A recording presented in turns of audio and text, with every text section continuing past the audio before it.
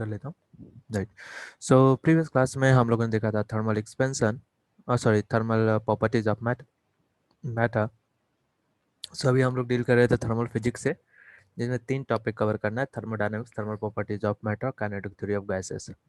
जिसमें हम लोगों ने स्टार्ट किया है थर्मल प्रॉपर्टीज ऑफ मैटर से, क्योंकि ये सबसे छोटा है। okay? और ये कुछ रिलेटेड टॉपिक्स हैं जो हम लोग को कवर नहीं करना है, जैसे heat temperature, heat transfer, conduction, convection, radiations. ये सब हम लोग को कवर नहीं करना है। थर्मोडायनामिक्स में हीट इंजन और रेफ्रिजरेटर हम लोग को कवर नहीं करना है। सो हम लोगों ने कल स्टार्ट किया था chapter 11 thermal properties of matter.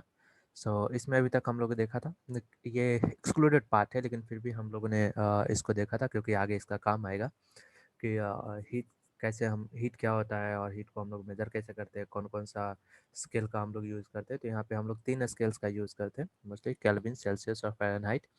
और इन तीनों के बीच में रिलेशंस आपको याद रखना है, क्योंकि हो सकता है इसके ऊपर वो क्वेश्चंस दे।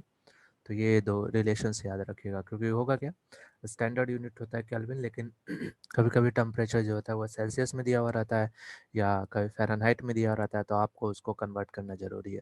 तो फार्मूला याद रहेगा तो इजी वे में कन्वर्ट कर लेंगे। ओके। उसी तरह से एक छोटा सा क्वेश्चंस भी हम लोग देखे थे यहाँ पे, जिसको होमवर्क के लिए दिया था। तो फटाफट पहले मैं इसको बता देता हूँ, फिर हम लोग नेक्स्ट टॉपिक को कवर करेंगे, क्योंकि ये चैप्टर काफ़ी छोटा हो चुका है, तो मोस्टली 1-2 क्लासेस में ये हम लोग का खत्म हो जाएगा। ओके। सो इस क्वेश्चन में था कि हाँ, आपके पास एक अनडिफाइंड स्केल दिया हुआ था, जिसको जेड स्केल यहाँ पे नाम दिया गया है। एक अनडिफाइंड स्केल है, और इस स्केल में मुझे फाइंड करना था कि आखिर माइनस सॉरी कितना 65 आई थिंक, हाँ 65 जो कि दिया हुआ था बॉइलिंग पॉइंट, और -14 जो कि फ्रीजिंग पॉइंट। तो मुझे बताता था 98 फ़ारेनहाइट में क्या होगा, 98 डिग्री जेड फ़ारेनहाइट में क्या होगा। तो इसका केवल सिंपल सा कैलकुलेशन है, मुझे एक इक्वेशंस निकालना है और इक्वेशंस के ऊपर मुझे सारा वैल्यू पुट कर देना है। तो इक्वेशन निकालने के लिए मैंने बताया था कि पहले हम लोग 2 टेम्परेचर के बीच में स्केल देखते हैं कितने का स्केल है।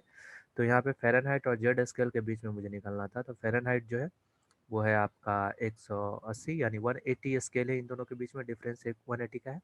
और ये जो नया स्केल मुझे दिया है, जिसमें इसने बता दिया है कि स्टीम पॉइंट या बॉइलिंग पॉइंट जो है वो आपका 65 है, और फ्रीजिंग पॉइंट जो है वो है -14। तो स्केल अगर मैं देखूँ तो ये हो जाएगा 65 माइनस ऑफ 14, यानी ये 9 एंड देन 7। ओके। तो ये टोटल 79 स्केल है, इन दोनों के बीच में 79 का डिफरेंस है।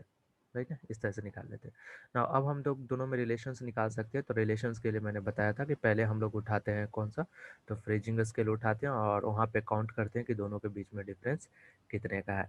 तो यहाँ पे अगर आप देखें तो इसका जो है वो फ्रीजिंग पॉइंट या आइस पॉइंट जो है वो 32 है, और इसका जो आइस पॉइंट है वो -14 है। तो यहाँ पे मैं बोल सकता हूँ कि 32 डिग्री फ़ारेनहाइट जो है वो आपका -14 डिग्री जेड के बराबर होता है। ओके। सो यहाँ पे अगर आप 1 डिग्री फ़ारेनहाइट निकालें तो 1 डिग्री फ़ारेनहाइट जो होगा वो आपका -14 डिग्री डिवाइडेड बाय 32 जेड के बराबर होगा। ये 1 डिग्री फ़ारेनहाइट का वैल्यू है। ओके। अगर मैं फ्रीजिंग पॉइंट से निकाला तो ओके। तो इसको अगर इस तरह से हम लोग देखें तो इसको हम लोग इजी वे में इक्वेशंस में कन्वर्ट कर सकते हैं। सो देखिए कैसे कन्वर्ट करेंगे। तो 1 डिग्री का मुझे मालूम चल चुका है, तो मैं इजी वे में कन्वर्ट कर सकता हूँ यहाँ पे। सो मुझे जेड स्केल और सेल्सियस स्केल निकालना है। तो यहाँ पे एक तरफ हम लोग फ़ारेनहाइट और जेड स्केल निकालना है, तो एक तरफ हम लोग लिखते हैं फ़ारेनहाइट। तो जस्ट लाइक इस तरह से। ओके। तो TF, तो टेम्परेचर इन फ़ारेनहाइट। तो यहाँ पे मैं लिखता हूँ टेम्परेचर इन, मुझे जेड स्केल को कन्वर्ट करना है। So temperature in Fahrenheit is equal to, अब रिलेशंस निकालते हैं। तो अगर आप दोनों को कंपेयर करें तो यहाँ पे हम लोग देखते हैं पहले स्केल, कि दोनों का स्केल कितना है। और ये एक तरह से डिफरेंस होता था इन दोनों के बीच में, 30 - 0, आप इस तरह से भी कर सकते हैं। ओके, दोनों के बीच में डिफरेंस। तो यहाँ पे पहले स्केल अगर मैं देखूँ तो इन दोनों के बीच में जो स्केल है वो है आपका, एक है 180 और दूसरा है 79। तो स्केल का रेशियो यहाँ पे देखेंगे, जैसे कि यहाँ पे डिराइव करते समय स्केल का रेशियो हम लोगों ने निकाला था। ओके, 180/100, यहाँ पे हो जाएगा मेरा 180 डिवाइडेड बाई 79। ओके। सो ये हो जाएगा आपका 180, क्योंकि इसका 180 है, 79, और ये है T of Z ratio, plus दोनों के बीच में जो है मेरा आइस पॉइंट और इन दोनों का डिफरेंस, जैसे यहाँ पे हम लोगों ने देखा था, तो यहाँ पे आइस पॉइंट 0 आया था और ये आपका 32 था, तो 32 माइनस 0 हम लोगों ने किया था। ओके, सो यहाँ पे आ गया था मेरा 32, राइट, वो हम लोगों ने प्रीवियस क्लास में देखा था। यहाँ पे उसी तरह से देखो तो ये हो जाएगा 32 minus of minus 14, minus 14, right, this one degree. So ये अगर यहाँ पे सॉल्व करेंगे तो ये हो जाएगा आपका 180 divided by 79 T of Z plus ये हो जाएगा 6 एंड 4 डिग्री। ओके, तो ये इक्वेशंस मेरा निकल जाएगा टी एफ और टी जेड के बीच में। इस तरह से हम लोग उसका इक्वेशंस निकाल लेते हैं, राइट। तो काफ़ी इजी था इसका इक्वेशंस। अब मुझे क्या करना है, मुझे टी एफ का वैल्यू निकालना है, यानी फ़ारेनहाइट में निकालना है, जब टी की वैल्यू जो हो, यानी टी ऑफ जेड या टी ऑफ जेड आप बोल सकते हो, वो -98 हो। तो यहाँ पे टी जेड का वैल्यू मुझे पुट कर देना है -98, और उसके बाद सॉल्व करके मुझे टी एफ का वैल्यू निकाल लेना है। सो इस तरह से क्वेश्चन को सॉल्व करते हैं, बट आपको इस तरह का क्वेश्चन से नहीं पूछेगा क्योंकि टेम्परेचर ही यहाँ से हटा दिया गया है टॉपिक को। तो इस तरह का, लेकिन कंपटीशन में इस तरह के क्वेश्चंस पूछते हैं, तो ध्यान रखिएगा कि कैसे इसको सॉल्व करते हैं। ओके, तो ठीक है। सो नेक्स्ट वन उसी तरह से हम लोग जाएंगे। तो ओके, तो आपको कैसे सॉल्व करेंगे, तो यहाँ पे वैल्यू पुट कर देंगे। सो ये करीबन हो जाएगा आपका 180 डिवाइडेड बाई 79। ये कैंसिल नहीं हो रहा है, इसलिए इसको ऐसा ही छोड़ देता हूँ। यहाँ पे हो जाएगा माइनस, किसको सॉल्व करना है, तो मुझे सॉल्व करना है 98 का वैल्यू निकालना है। तो यहाँ पे हो जाएगा आपका 98 प्लस 46 डिग्री, इस तरह से। तो यहाँ पे कुछ अप्रॉक्स वैल्यू ही निकलेगा, एग्जैक्ट वैल्यू तो हम लोग का नहीं निकल पाएगा, राइट। सो अप्रॉक्स वैल्यू ही यहाँ पे हम लोग देखेंगे।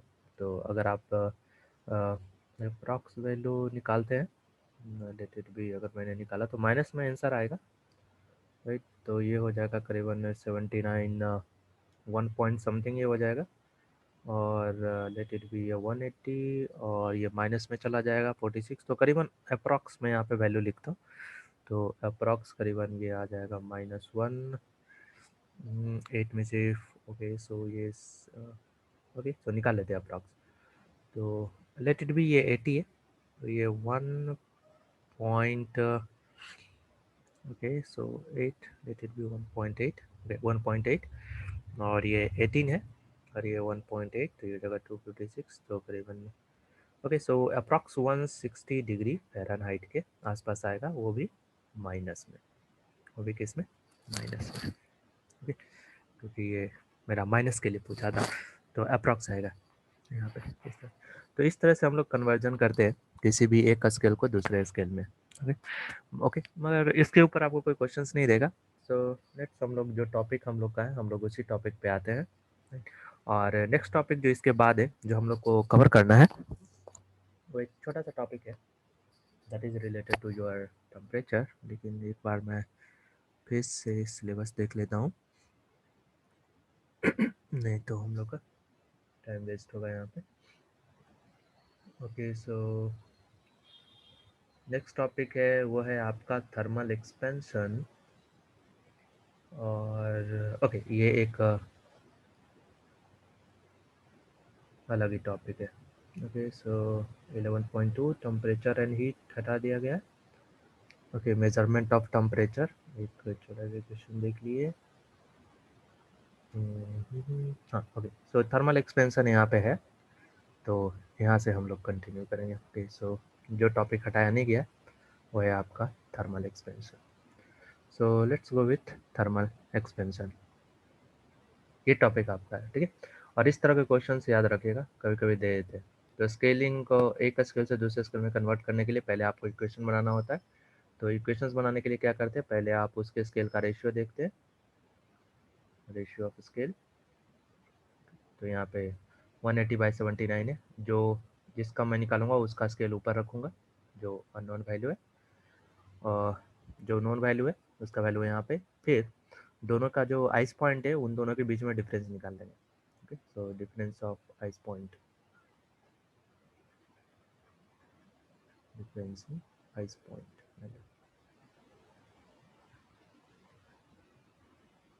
नहीं, इस तरह से कोई भी स्केल हो, इस तरह से हम लोग कन्वर्ट कर देते हैं। Okay, so let's go with the thermal expansion.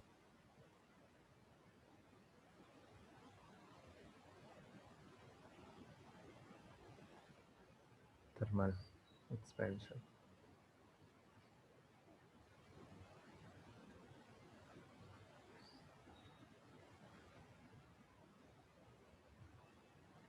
Okay this one. So मुझे केसेस में होता क्या है कि अगर आप छोटा सा मैं फिगर आपको दिखाता हूँ तो आपको ये ज़्यादा इजी वे में समझ में आएगा।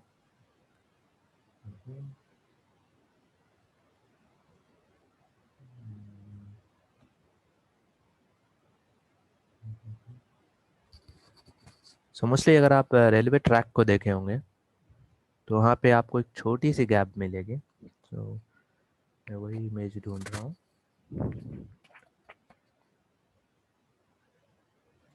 या आप किसी जस्ट लाइक अगर आप ब्रिज पे ट्रैवल करेंगे तो दो ब्रिज के बीच में भी आपको अगर वो स्टील पे हैंग्ड है तो वहाँ पे भी आपको एक छोटी सी गैप दिखाई देगी।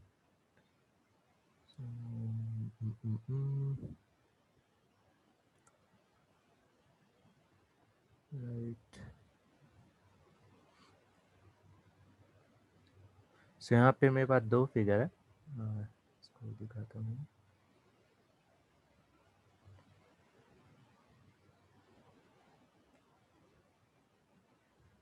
ओके, सो आई थिंक ये परफेक्ट है। सो ये फिगर को यहाँ पे कॉपी करता हूँ।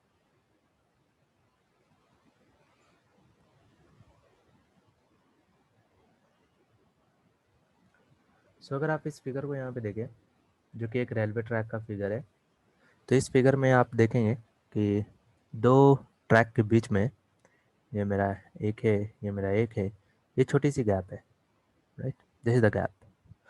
ओके, सो ये गैप वो कुछ कारण के कारण, कुछ रीज़न के कारण ही यहाँ पे रखते हैं। सो दिस वन, ये गैप जानबूझ के वहाँ पे दिया जाता है दो ट्रैक के बीच में। ओके, ऐसा क्यों? तो इसलिए क्योंकि यहाँ पे एक तरह का थर्मल एक्सपेंशन होता है। ओके, सो एक और फिगर अगर मैं आपको दिखाऊं, जस्ट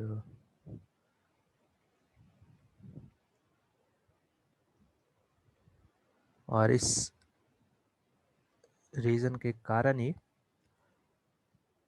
राइट, तो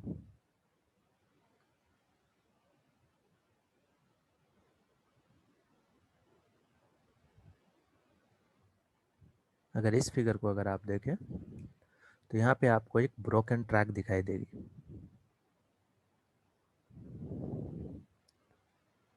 ओके, सो इस तरह का केसेस आ जाता है।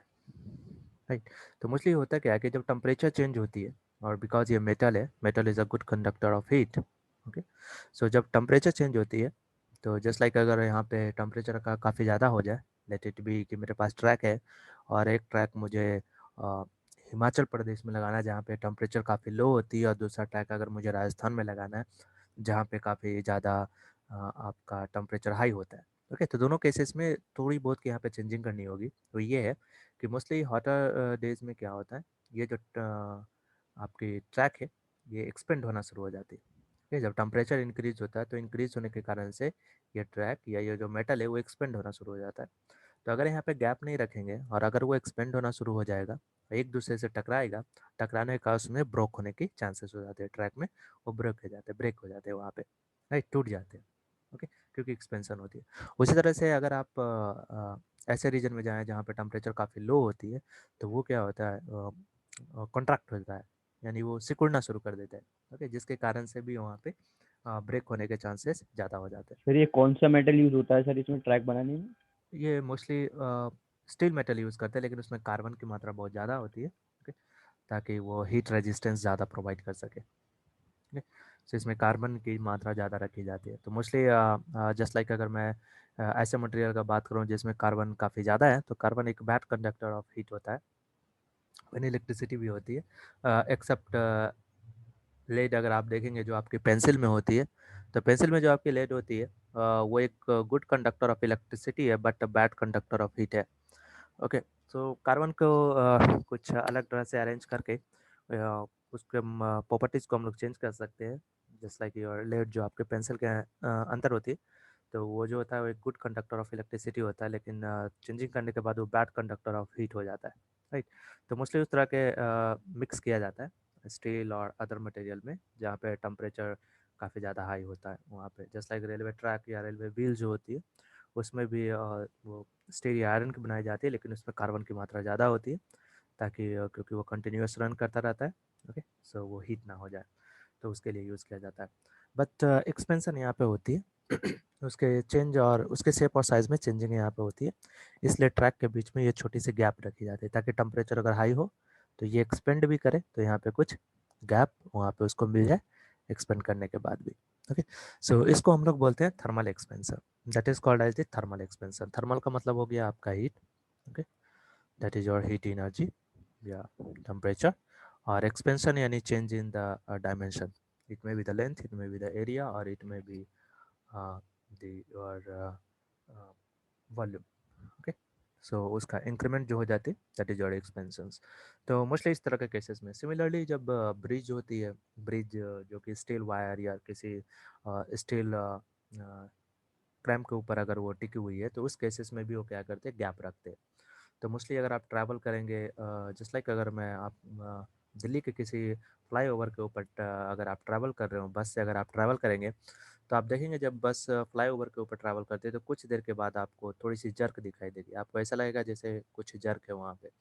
तो मोस्टली ये जो होती है, ये दो ब्रिज के पॉइंट को कनेक्ट करने के लिए यूज़ किया जाता है। और जब आपकी बस यहाँ से ट्रैवल करती है, तो ये गैप में जब उसकी व्हील जाती है, तो वो आवाज़ आपको सुनाई देती है कुछ खास डिस्टेंस पे ही। ओके, वहाँ पे भी गैप आपको इसलिए रखा जाता है क्योंकि टेम्परेचर डिफरेंस के कारण से यहाँ पे एक्सपेंशन हो सकता है, और अगर वो एक्सपेंशन के लिए गैप नहीं रखेंगे तो वो ब्रिज कोलैप्स कर सकती है। ओके, तो उसके लिए भी वो एक्सपेंशन रखते हैं। तो मोस्टली ब्रिज जहाँ भी रोड का यूज़ किया जा रहा है, ओके, जो कि एक गुड कंडक्टर ऑफ हीट है, वहाँ पे इस तरह के गैप को यूज़ किया जाता है। Okay, so mostly fly over में भी देखेंगे तो इस तरह का होगा।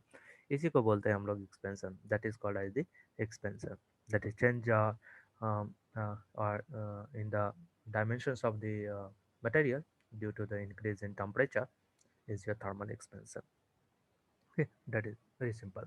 सो और भी बहुत जगह की यूज़ किया जाता है, जस्ट लाइक अगर मैं इलेक्ट्रॉनिक्स डिवाइस आपका बताऊं कि इलेक्ट्रॉनिक्स डिवाइस में कहाँ पे यूज़ होता है, तो मोस्टली अगर आप अभी क्योंकि अभी कोल्ड रीजन है, तो अगर आप इलेक्ट्रिक मग अगर यूज़ करते होंगे, सो इलेक्ट्रिक मग में भी वो यूज़ करते हैं। ओके, सो आजकल की जो इलेक्ट्रिक मग होती है वो काफ़ी स्मार्ट होती है।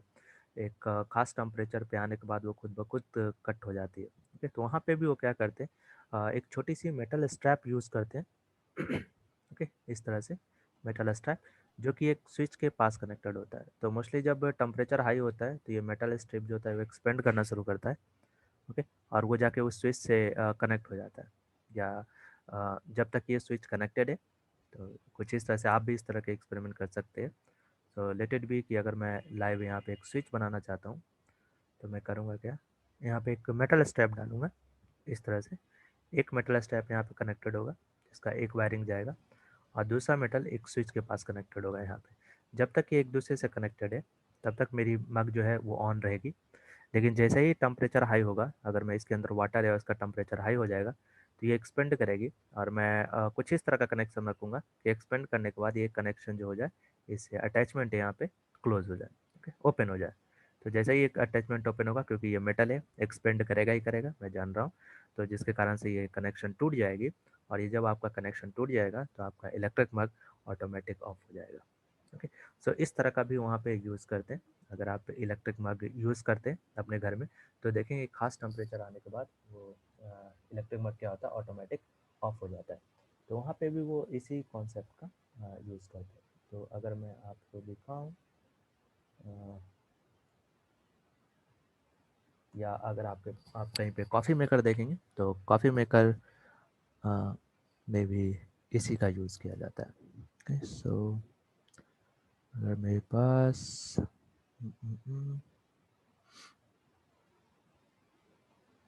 ओके, सो आप ये इमेज कहीं भी ढूंढ सकते हैं। सो यहाँ पे मुझे मिल नहीं रहा है। सो मोस्टली कॉन्सेप्ट यही है, ओके, कि टेम्परेचर के इंक्रीज होने के बाद आपके मेटल में क्या होती है, एक तरह की एक्सपेंशन होती है। अब आप उस एक्सपेंशन को किस तरह यूज़ करना चाहते हैं, ये आपके ऊपर है। तो मोस्टली इलेक्ट्रिक मग, कॉफ़ी मेकर, ओके, ये सब चीज़ों में वो बाई मेटल का यूज़ करते हैं। वहाँ पे आप बहुत जगह और भी यूज़ कर सकते हैं। अगर आपको मालूम है कि मेटल के अंदर एक तरह का एक्सपेंशन प्रॉपर्टी होता है कि अगर आपका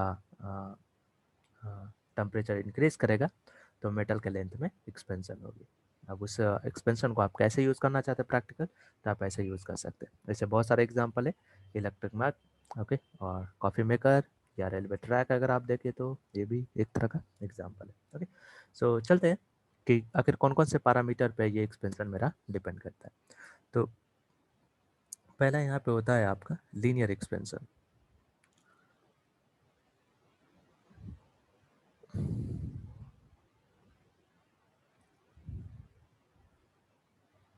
ओके, सो डायरेक्ट जाता हूँ इसमें। राइट, तो लीनियर एक्सपेंशन में आपका क्या होगा, लेंथ में चेंजिंग आएगी।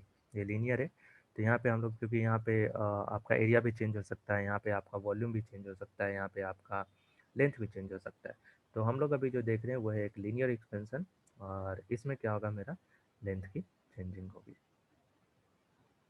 राइट, ओके, सो मोस्टली यहाँ पे अगर आपका लेंथ में अगर चेंजिंग हो रहा है या लेंथ अगर आपका इंक्रीज हो रहा है, let us consider this is the delta of L. Okay, so इसको पहले स्टेटमेंट में लिखता हूँ, उसके बाद बताता हूँ।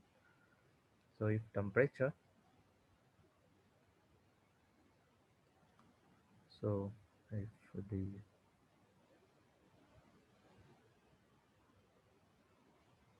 temperature of metal rod of length L, let it be L,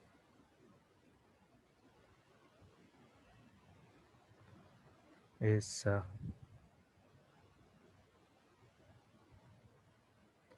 raised by an amount delta of T, its length will change or will increase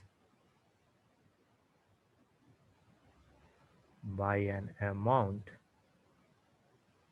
delta of L. Okay, so अगर मैं उसके लेंथ में changing करूँगा delta of T से, तो उसका length जो होगा वो इंक्रीज हो जाएगा बाय डेल्टा ऑफ एल, जहाँ पे डेल्टा ऑफ एल आप लिख सकते हैं। So where delta of L is equal to या L times alpha law of delta T. This is the equations जिसको आपको याद रखना है। Okay, so this is the value. और ये वैल्यू कैसे लिखा है, तो ऑब्वियस है कि अगर मैं डेल्टा ऑफ टी को इंक्रीज़ करूँगा, चेंज इन टेम्परेचर को इंक्रीज़ करूँगा, तो मेरा लेंथ भी इंक्रीज़ होगा। यानी डेल्टा ऑफ एल जो है is directly proportional to your delta of T. Okay, so इस तरह से ये इक्वेशन से यहाँ पे डिराइव हुआ है। So delta of L is directly proportional of your delta of T. Now next one, कुछ मेटल जो होते हैं, कुछ मटेरियल जो होते हैं वो ज़्यादा एक्सपेंड करते हैं, कुछ मटेरियल जो होते हैं वो कम एक्सपेंड करते हैं। जैसे मोस्टली अगर आप गोल्ड लें, सिल्वर लें, तो इसमें अगर आपने थोड़ा सा भी टेम्परेचर देंगे तो इसमें काफ़ी ज़्यादा एक्सपेंशन होगा। लेकिन वही अगर आप आयरन ले रहे हैं, स्टील ले रहे हैं, तो इसको एक्सपेंड करने के लिए काफ़ी ज़्यादा आपको हीट की ज़रूरत पड़ेगी।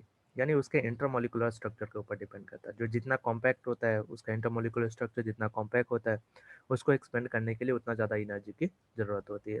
यानी एक और पैरामीटर पे यहाँ पे डिपेंड करता है जिसको हम लोग बोलते हैं alpha. Okay, so alpha is nothing but the coefficient of linear expansion. Okay, where alpha, तो हर एक मटेरियल का अल्फा अलग अलग होता है और उसके ऊपर डिपेंड करता सर लीनियर एक्सपेंशन दोबारा समझा दीजिए एक बार।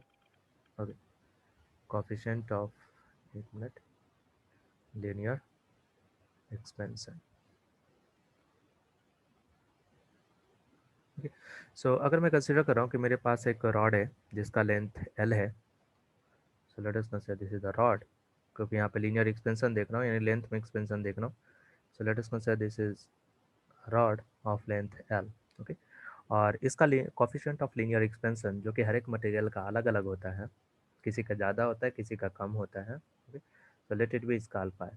ओके, ओके, सो अगर आप यहाँ पे अभी इनिशियल टेम्परेचर अगर टी आई है और आपने अगर इसका टेम्परेचर इंक्रीज और इसका इनिशियल लेंथ एल आई है और अगर आप इसका टेम्परेचर इंक्रीज करेंगे तो इसका टेम्परेचर इंक्रीज करने के कारण क्या होगा, इसकी लेंथ में भी इंक्रीमेंट आएगी, तो इसका लेंथ जो होगा वो आपका इंक्रीज होगा।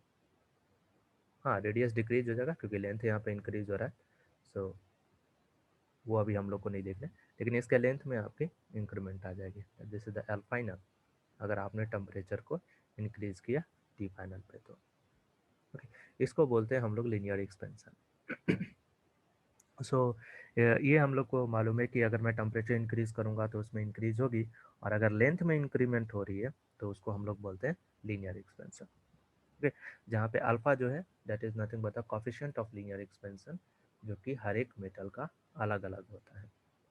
Coefficient of linear expansion depends on the properties of material.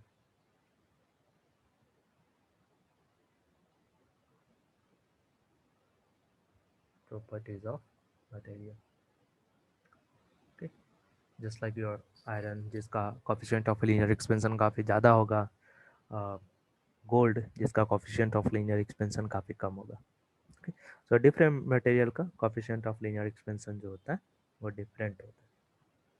Okay, unit जो होती है इसकी वो पर डिग्री होती है। अगर आप देखें तो अल्फ़ा की जो यूनिट हो जाएगी वो आपकी यूनिट इज पर ओके केल्विन स्टैंडर्ड, इसकी यूनिट जो होती है वो पर केल्विन होती है। ओके, और ये किसके ऊपर डिपेंड करता है, तो ये डिपेंड करता है मटेरियल के ऊपर, क्या फिर वो मटेरियल किस चीज़ का बना हुआ है या उसका इंटरमोलिकुलर स्ट्रक्चर कैसा है, तो उसको फिर हम लोग बोलते हैं लीनियर एक्सपेंशन। तो अगर एक्सपेंशन हो रहा है टेम्परेचर के कारण से, और अगर वो एक्सपेंशन अगर लेंथ में हो रही है तो फिर हम लोग उसको बोलते हैं कि वो मेरा लीनियर एक्सपेंशन है। Okay, very simple. ओके, जहाँ पे डेल्टा ऑफ ओके, सो जहाँ पे आपका एल अल्फा जो है, alpha is your coefficient of linear expansion, delta of L जो है, इसको पहले इसको यहाँ पे नोट कर देता हूँ, delta of L that is your L final minus L initial, और डेल्टा ऑफ टी जो है वो T final minus T initial. Okay, so mostly ये आपका कैल्विन में होगा, इन कैल्विन, और this is in metre. Okay, एक चीज़ यहाँ पे याद रखिएगा, note temperature difference in kelvin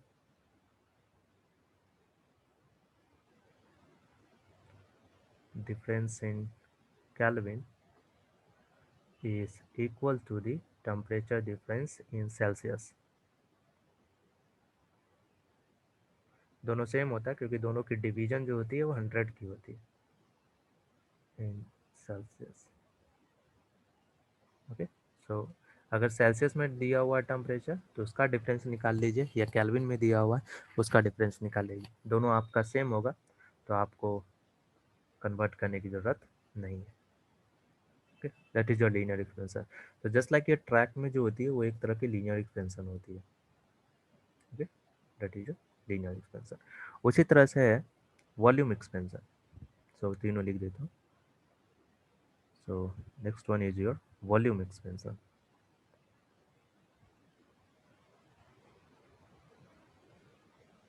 अगर किसी मटेरियल के वॉल्यूम में अगर चेंजिंग आ रही है टेम्परेचर के चेंज के कारण से, अगर उसके वॉल्यूम में अगर चेंजिंग आ रही है तो फिर हम लोग उसको बोलते हैं volume expansion. So if the volume of the material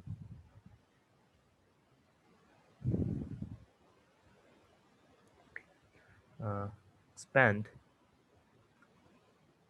due to increase in temperature,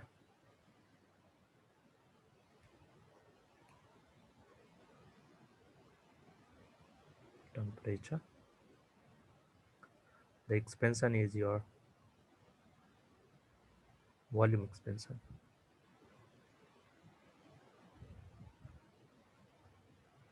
okay? और सेम ऊपर वाले फार्मूला के जैसा ही इसका भी फार्मूला होता है, that is your delta of V is equal to initial volume, okay, alpha times of, sorry alpha नहीं, यहाँ पे हम लोग एक दूसरे पैरामीटर का यूज़ करेंगे, beta times of delta of T. So where del V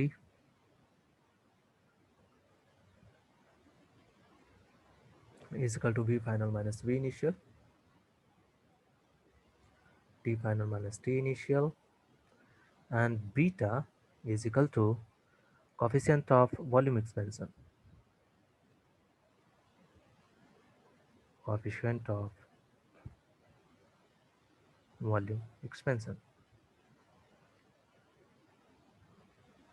okay, so mostly ये coefficient of volume expansion जो आपका होता है, क्योंकि लेट इट बी कि अगर मेरे पास एक क्यूब है, ओके, और इस क्यूब के वॉल्यूम में अगर एक्सपेंशन हो रहा है, so let this is the cube, okay, और इसके अगर वॉल्यूम में एक्सपेंशन हो रही है, तो वॉल्यूम एक्सपेंशन होने का मतलब ये है कि इसका लेंथ भी इंक्रीज हो रहा होगा, दैट दिस इज द ए, इसका ब्रेथ भी आपका इंक्रीज हो रहा होगा, ओके, और इसकी जो हाइट है वो भी इंक्रीज हो रही होगी। तो सारा पैरामीटर जब इसका इंक्रीज होता है तो हम लोग बोलते हैं कि वहाँ पे वॉल्यूम में एक्सपेंशन हो रहा है, सारा लेंथ इंक्रीज हो रहा होगा, ओके। तो अगर 3 लेंथ में इंक्रीमेंट हो जाए तो फिर हम लोग बोलते हैं उसको वॉल्यूम एक्सपेंशन है, क्योंकि कहीं ना कहीं 3 लेंथ में अगर इंक्रीमेंट हो जाएगी तो वो एक तरह से उसका वॉल्यूम में एक्सपेंशन हो रहा होगा या उसकी वॉल्यूम में चेंजिंग हो रही होगी, ओके। सो इसी कॉन्सेप्ट के बेसिस पे जो आपका रिलेशन है बीटा इज इक्वल टू आप लिख सकते हैं 3 टाइम्स ऑफ अल्फा। क्यों? क्योंकि alpha is the coefficient of linear expansion, और यहाँ पे अगर तीन लेंथ मेरी चेंजिंग हो रही है, यानी यहाँ पे 3 टाइम्स ऑफ अल्फा हो जाएगा, क्योंकि 3 टाइम्स ऑफ लीनियर एक्सपेंशन से यहाँ पे हो रही है, राइट। तो मोस्टली अल्फा जो होता है वो बीटा जो होता है वो 3 टाइम्स ऑफ अल्फा होता है, ओके।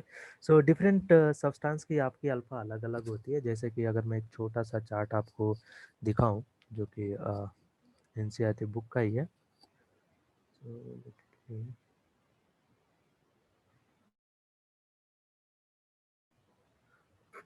तो यहाँ पे मेरे पास एक छोटी सी चार्ट है,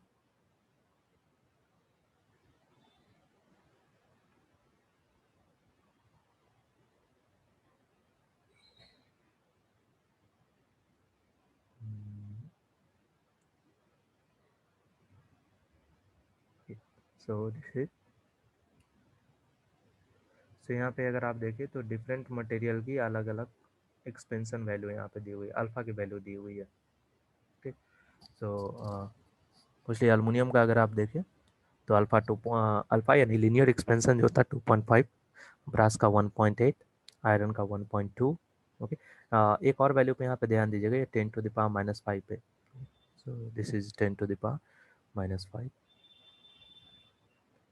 kelvin inverse, okay. Sir so क्या है ये? linear expansion, alpha is your coefficient of linear expansion, okay।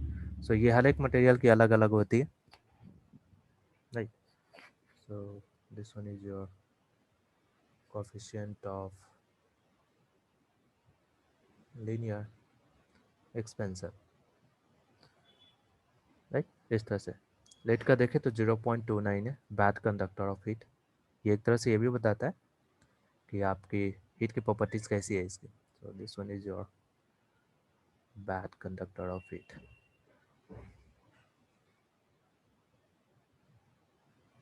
Okay. तो मोस्टली लेट जो होता है वो आपका बैड कंडक्टर ऑफ हीट होता है, okay, but good conductor of electricity,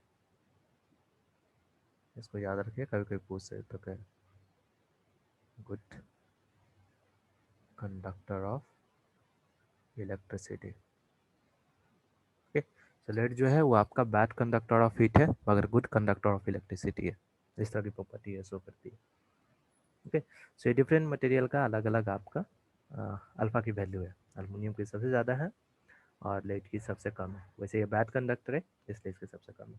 metal में अगर मैं आऊँ, ओके, सो मेटल में अगर आप देखें तो गोल्ड का सबसे कम है 1.4, सॉरी इसका आयरन का 1.2, गोल्ड का 1.4 है और अल्मीनियम का 2.5। तो यहाँ पे डिफरेंट डिफरेंट अल्फा की वैल्यू है, राइट, हर एक मटेरियल की। तो अगर अल्फा की वैल्यू अगर मुझे मालूम हो तो मैं बीटा का वैल्यू भी निकाल सकता हूँ, क्योंकि बीटा जो होती है 3 टाइम्स ऑफ अल्फा होती है। पहले इसका डेरिवेशंस पूछता था, मगर अब डेरिवेशंस नहीं आएगी, सो डोंट वरी कि कैसे बीटा आपका 3 टाइम्स ऑफ अल्फा। ओके, पहले इसका डेरिवेशंस आता था मगर हटा दिया गया है। सो हम लोग उस पर कंसंट्रेट नहीं करेंगे, हम लोग प्रैक्टिकल क्वेश्चन पे कंसंट्रेट करेंगे। ओके, सो फार्मूला ये याद रखिएगा, ये वैल्यू आपको याद रखने की ज़रूरत नहीं है, ये नोट में है।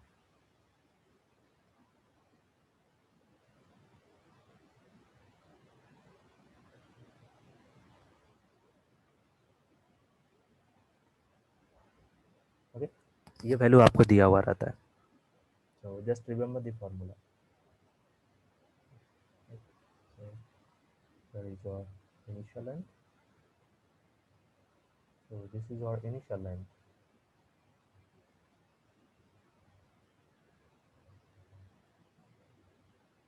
initial length. Okay, similarly here is your initial volume,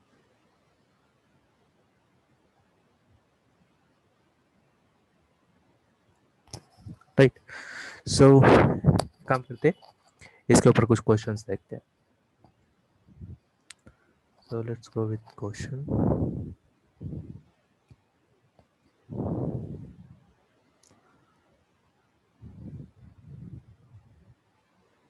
okay, so let पहले प्रैक्टिकल क्वेश्चंस पे आते हैं। सो यहाँ पे मेरे पास 4 मटेरियल है। Let it be, one is like this,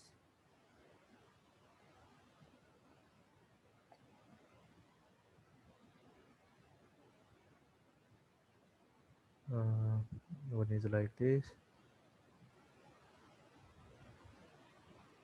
एक है जो थोड़ा बड़ा सा है।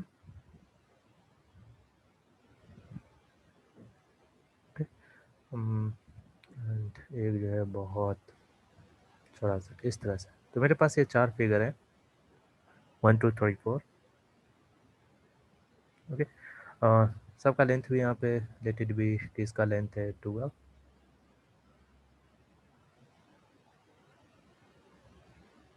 इसका लेंथ है 12, इसका 12 और इसका L/2। ओके, इस तरह से मुझे दिया है। ओके, सो करना क्या है आपको, सेम मटेरियल है। Okay,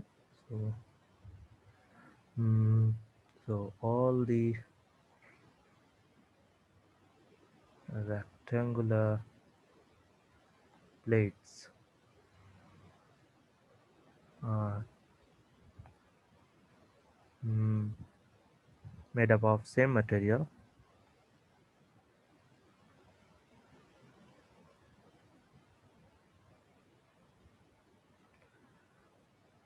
and they are